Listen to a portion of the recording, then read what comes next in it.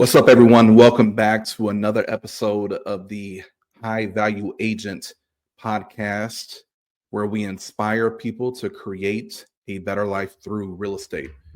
And I wanted to help you guys out today. One of the things that has been very important to me since I've gotten into the industry, and even before then, was anybody that I came into contact with, I wanted to make sure I was a positive influence on them in that moment and in their life, based on what type of relationship we were building. And when I got into real estate, I brought that mindset with me to start building my business. And I have a lot of this to thank. I give credit to my mom. She really did help instill um, the mindset to lead with my heart and to take care of people. And so shout out to mama. But when I got into real estate, I always wanted to make sure that I was showing up the best version of myself so I could support the client at the highest level. And through that effort, everything that we've done has been centered around that, even down to the name of the team that I have the privilege to lead on a daily basis, called the Silver Lining Real Estate Group. Silver Lining Real Estate Group, the name Silver Lining is important because when I got into real estate, I was helping a lot of people. My first year, I was able to help 31 families buy and sell real estate. And I didn't know what the heck I was doing. I knew, obviously, like, I needed to make sure I was writing up contracts and doing things to protect the client. But I mean, I was new. And that was a lot of families to help in my first year. And but through that process, through my first year, there were a lot of people I was helping that previously had a relationship with another agent. And when they came to me from whatever avenue, there was a conversation, because I was always curious. There was always a conversation. Hey, why me? Why did you choose me? What stood out about me, considering you had another agent? And the story was almost like and this is probably 5 to 6 clients in my first year that told me the same thing. Like, their experience with their previous agent was terrible. It was bad. And they fired that agent, or that agent would just go ghost for whatever reason. I don't know. Or they would do something that wasn't really, it didn't align with what the clients wanted from the agent. And after me helping them buy or sell real estate, when I would ask for feedback and even for a review, it was always, you were a 180 compared to our other agent, because you showed that you cared. You showed up as a professional as far as how you dressed. You were knowledgeable and everything. You put our hand through this process and everything. So that the name Silver Lining, back to that, the name Silver Lining, the industry as a whole was broken because agents weren't really putting forth the best effort to take care of clients. There was probably a lot of clients complaining with their agents, saying that, I was just a number to them. Okay.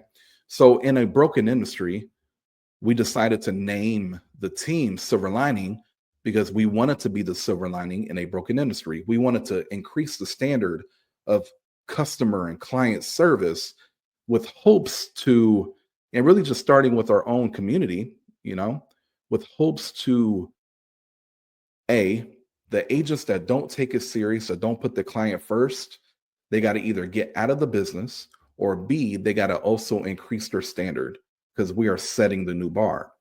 And it's been a journey of building out our company, with that being really what our mission is: to bring change, to create breakthroughs and empower growth for people who want to have a positive life experience as a result of the real estate business. And so that is what this episode is going to be about. It's about, how can we get more reviews for our company to increase our social proof.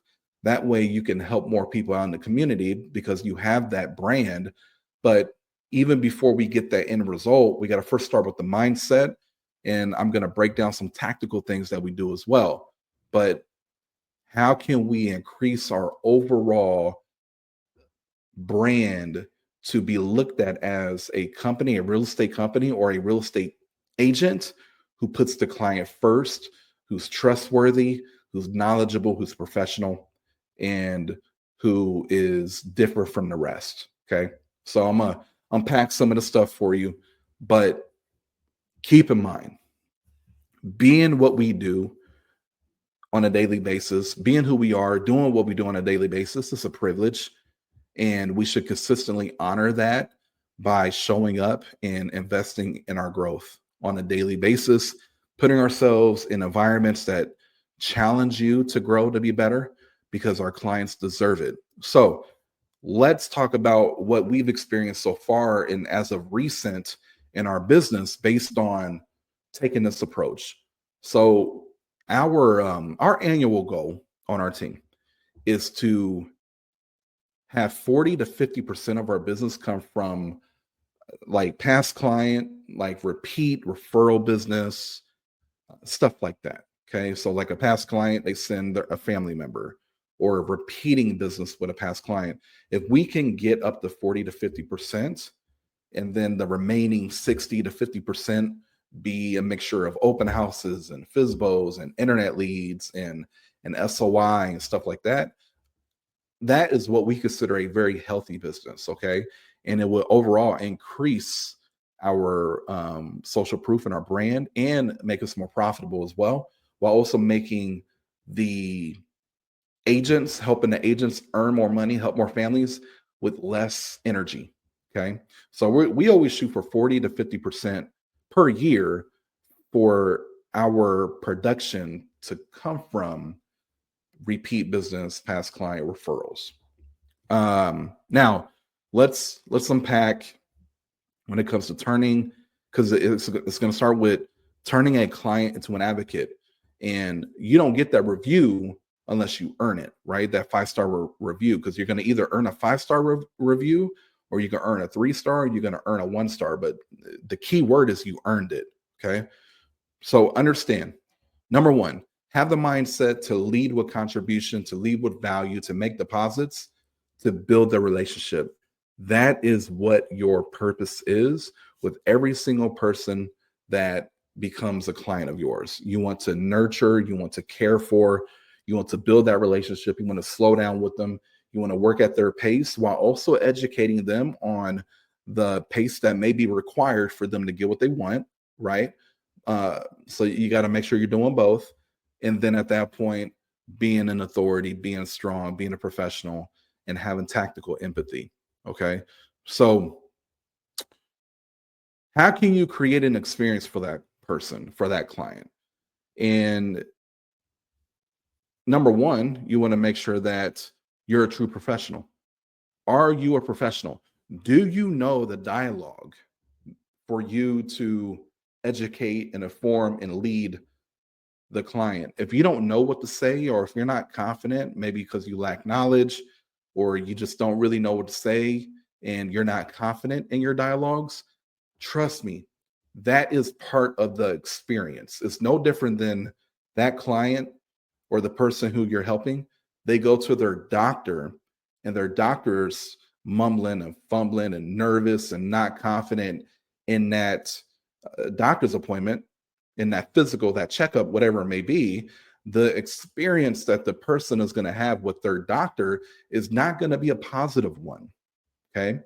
So just knowing what to say, knowing how to say it, being confident in what's happening in the market is going to be crucial. You got to be very good at future pacing. In other words, setting the expectation, letting the client know, here's what is going to happen next. Here's what I'm going to do for you in the next X amount of days or hours. Continue to always constantly future pace. We have acronyms that we talk about often on our team on a daily basis, and we use this because we want to simplify we created the acronyms in this ERF, and we created it because we wanted our team members to remember ERF, ERF, ERF. Okay.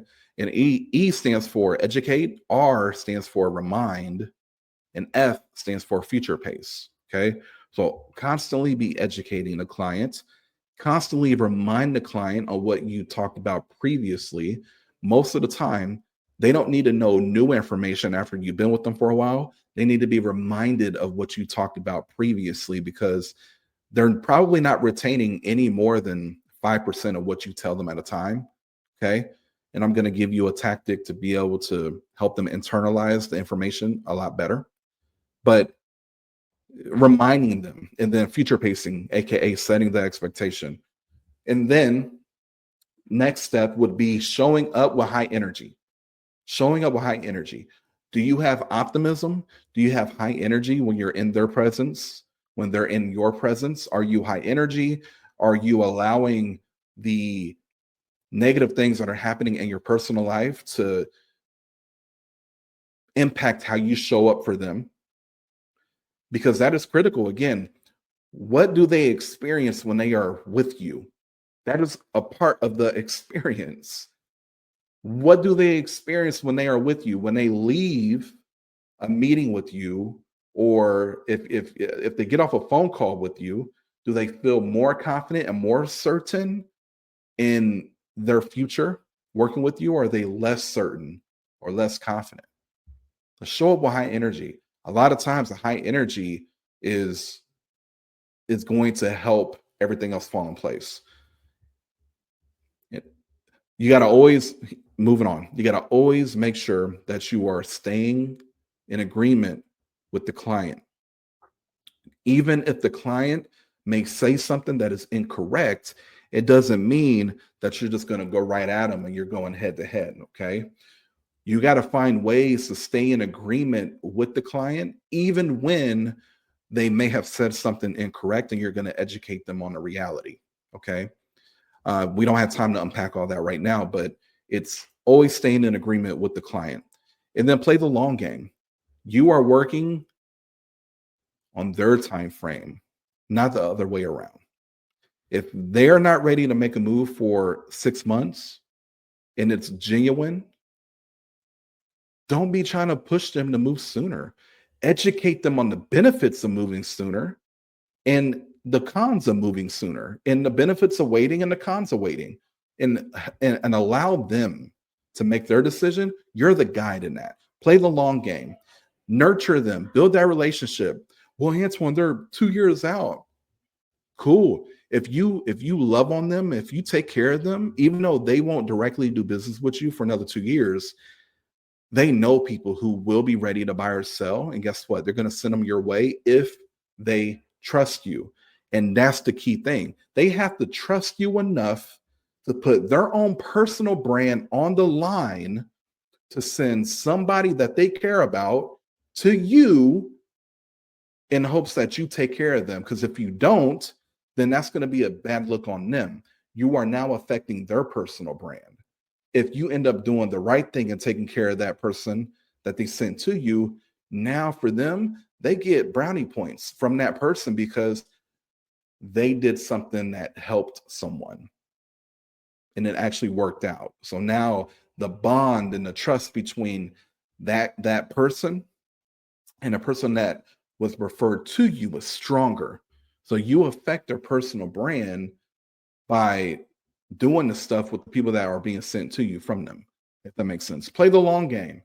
Play the long game. Now, if you have, or your team or your brokerage, if you guys have a proven process that you follow to deliver an exceptional experience for the client, follow it. Don't try to reinvent the wheel. Like I know it could be tough. If your team or your brokerage has a process, or if you have one, follow it. But make sure you follow the process. When you have a proven process, you can have off days and days and still provide exceptional service to the client and still be able to get those 5-star Google reviews. You don't have to always be on your A game. If you follow the process, that is your safety net. You could be off, but if you know that you're supposed to call, and when you call, you're supposed to go over XYZ on every phone call with a under contract client, and you're supposed to process this to the transaction team by this time, and blah blah blah blah. Like, if you follow the process, everything is designed for that client to win. So don't deviate from it. Follow it. Okay. Be disciplined. Um, Now let's get into let's talk about a process, right? So remember, ERF, make sure you're always educating, reminding, future pacing. Ask the client, what is your preferred method of communication? Do you prefer a phone call, text, email? And how often would you like for me to reach out to you when we have an update? Obviously, that is going to prompt me to reach out to you. But even if we don't have an update, would you still want me to reach out to you? And what would be your ideal frequency? Would it be every day, every other day, once a week? What is most preferred for you and your family? Now you're customizing the experience for them. Okay. You're giving them the choice to let you know, here is how I want you to treat me. Okay. Here's how I want you to communicate with me.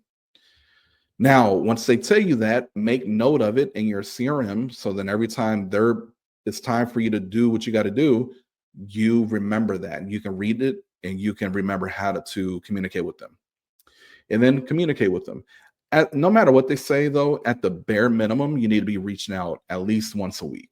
At the, I mean, that's at the longest. I don't care what they say. Well, you don't have to reach out to me ever again. Like, well, we're in a contract. Like, I got to talk to you once a week. Is at the most. But I don't know if anybody's gonna ever tell you don't reach out to me during this process. So you don't have to worry about that. Okay. But here's what I want you to remember.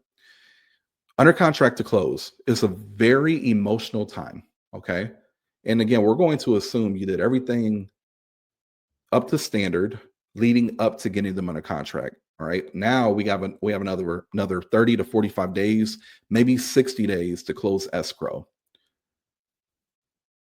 Make sure that when, like, every other time, or sometimes every time, depending on how frequently you're communicating with them via phone call, I want you to ask them for feedback. Okay. Mrs. Seller, I just wanted to, or Mrs. Buyer, uh, I appreciate our phone call today. Here's what I'm going to do next, blah, blah, blah, blah, blah, blah, blah. So, and then I will send you a recap email breaking down our discussion as well. That way you have something to refer back to if you have any other questions about our conversation today. But before I let you go, I have a question. How am I doing for you so far in providing the best experience possible as you're buying this house? Blah blah blah. Now shut up when they're telling you. Don't try to overtalk. Blah blah blah blah blah. Let them talk. Most of the time, they're going to tell you, because you're putting them on the spot. They're going to tell you something like this.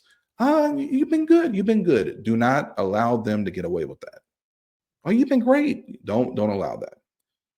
Allow them to say it, but don't give up too easy. So they'll say that, then you say, "Well, I've been doing good, and I appreciate you being transparent with me. That is, I honor that.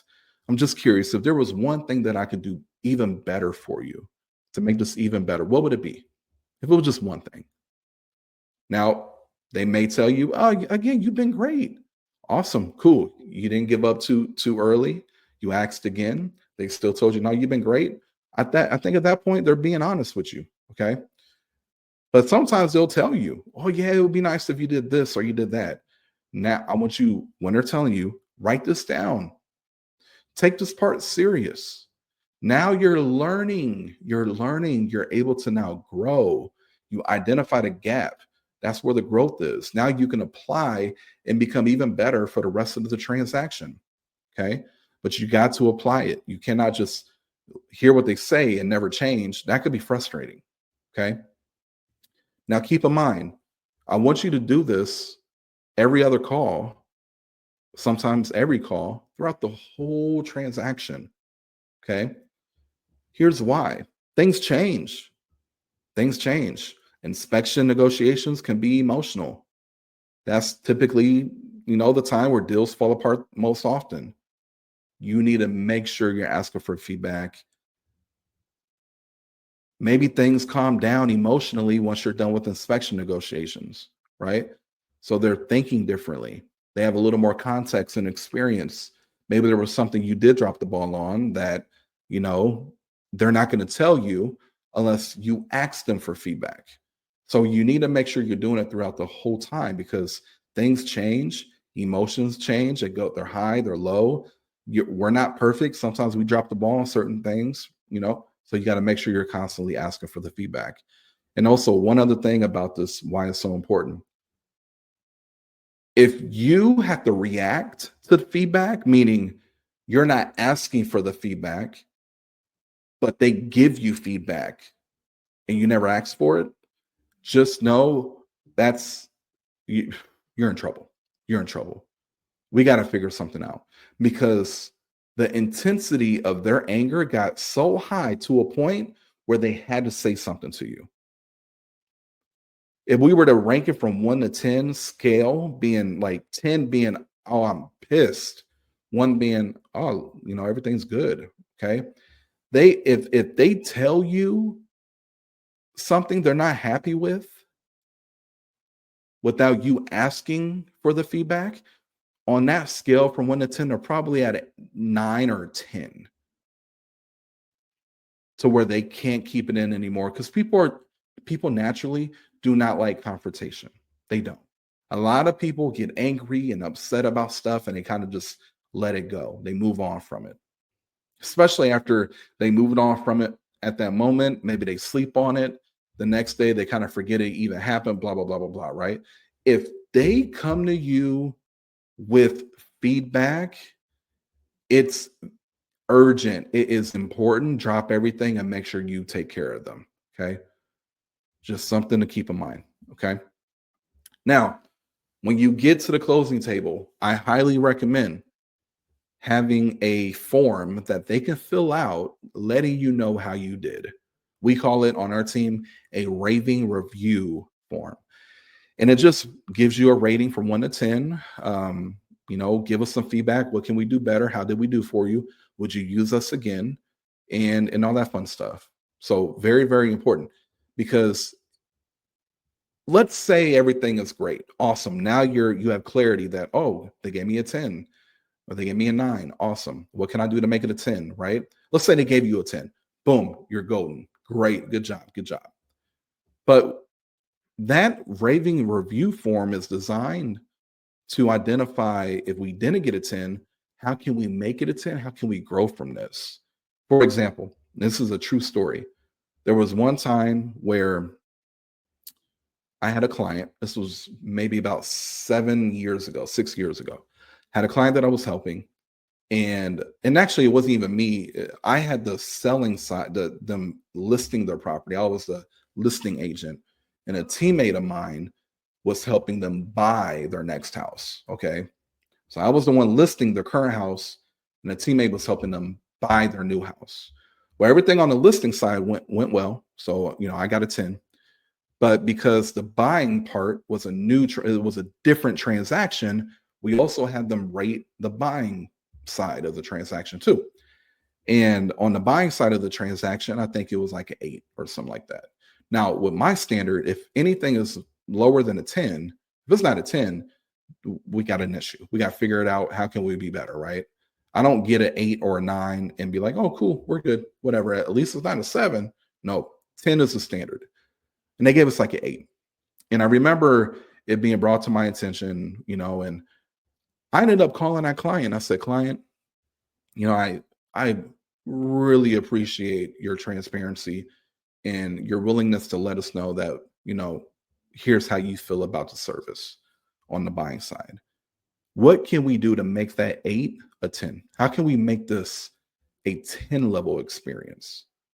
And they said, well, the situation was when they bought the house, the day of closing, they did the final walkthrough to make sure the home's in, the same condition or better since the time they offered on it.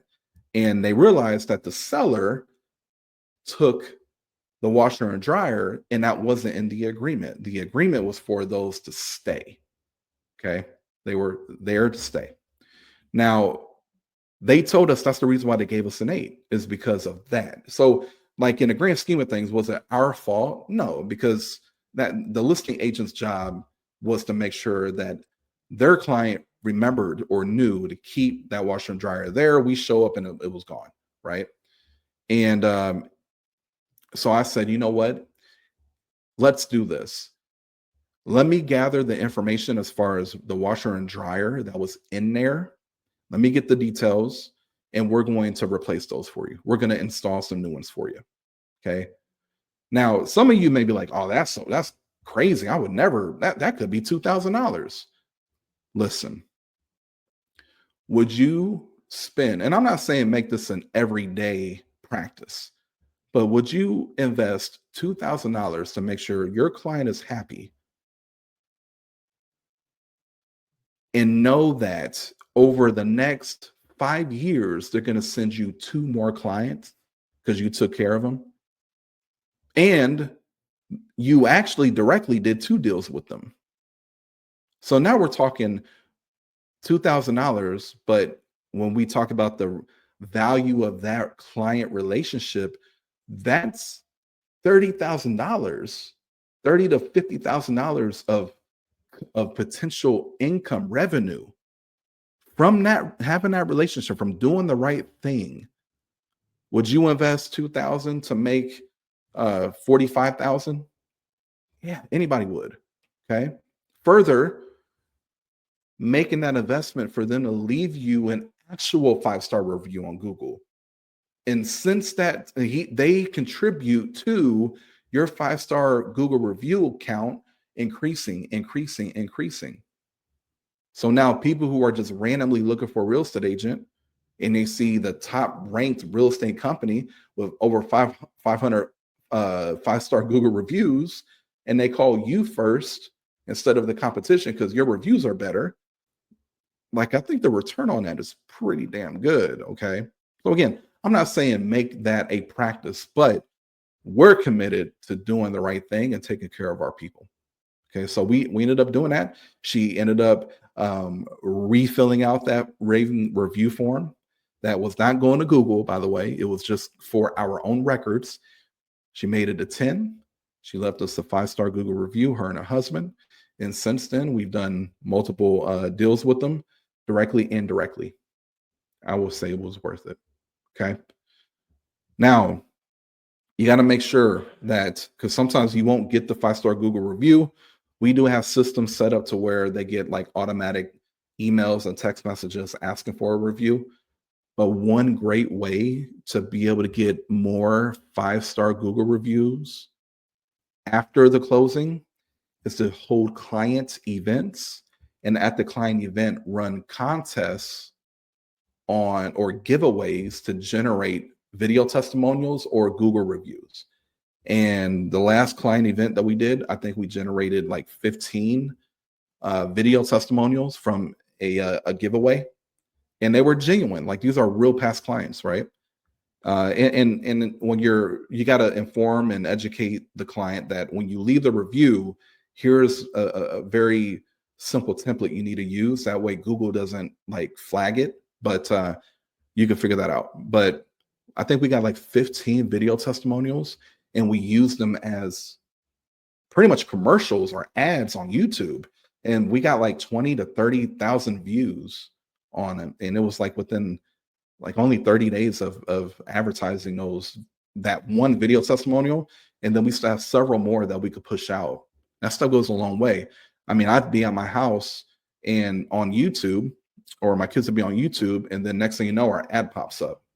Okay, so very, very powerful. And then again, instead of video testimonials, maybe you do Google reviews, and you create a QR code, and they can scan it, and they can leave it. You can have the QR code there at the client event. They scan it, they can leave a review on the spot, and you can get very, very creative on what you can do to entice the client to want to do so. And trust me, if they show up to the client event, I promise you, they're going to be extremely willing to give and support your business because you took care of them. Okay. All right. Here's a book recommendation that we're going to put a bow on this. Here's a book recommendation It's one that I read 1 to 2 times a year. It's a staple to our company, and it's called The 10 Golden Rules of Customer Service, and it's by Deb Duncan. Okay. The 10 Golden Rules of Customer Service. Great book. It's not long at all, it's very short. Read it. Great takeaways in that book. And if you apply it, trust me, you will get more Google reviews. And if you get more Google reviews, and if you can end up being the number one ranked real estate company in your market, it will go a long way. I can't tell you how many deals we've done in the past 4 months just from being the top ranked real estate company in our market. And by the way, second place real estate company, I think we have almost more than like 170. We have 170 more Google reviews than they do. So yeah, you want to have a pretty big gap. I would say at least 150, 150 more than your competitor or your competitors at all times or more. Okay. All right, y'all. Well, I want to put a bow on this one. And this is, again, one that you want to make a staple as you're building your business, because you want to be able to get and this is our business plan, but you want to be able to get your production, like where your opportunities are coming from. If you can get it to 40 to 50% repeat referral business, trust me, you're doing well. You're doing very well, not only with your client experience, your retention rate is great, your brand is high level, your social proof is probably high level, and you're going to be a lot more profitable. You're going to find you don't need to spend a whole bunch of money on leads or Zillow and all that stuff. Like, I think you are now you're creating more business for you, and it doesn't really require more money. It's just you're creating actual business wealth. Okay. Cool. All right, y'all. You know what to do. Leave a like, comment, subscribe. Leave us a review. Let us know how leave us a review. Let us know how we're doing, good or bad. We want to know how we're doing. But this is always fun for me. I want to continue to contribute, give value. If you guys need anything, find me on social, Antoine Thomas, High Value Agent. Join the group on Facebook. Follow us on Instagram, all that stuff. And I'll holler at y'all later. Y'all stay safe. Be strong. Peace.